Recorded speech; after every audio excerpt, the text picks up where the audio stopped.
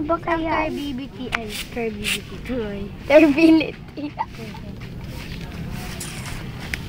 Okay. Pwede pag-ready na. The turbidity of the water.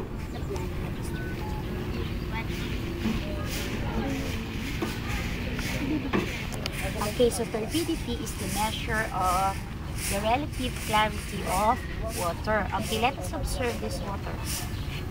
What can you say about it? 40. Is it 0 or 40? 100. Is it 100? 40. Okay. Lagi 40 dati ko. 40. Kasi umulan. And then this is the DO, the dissolved oxygen tablet. So it says here, do not eat. This is not the vitamins.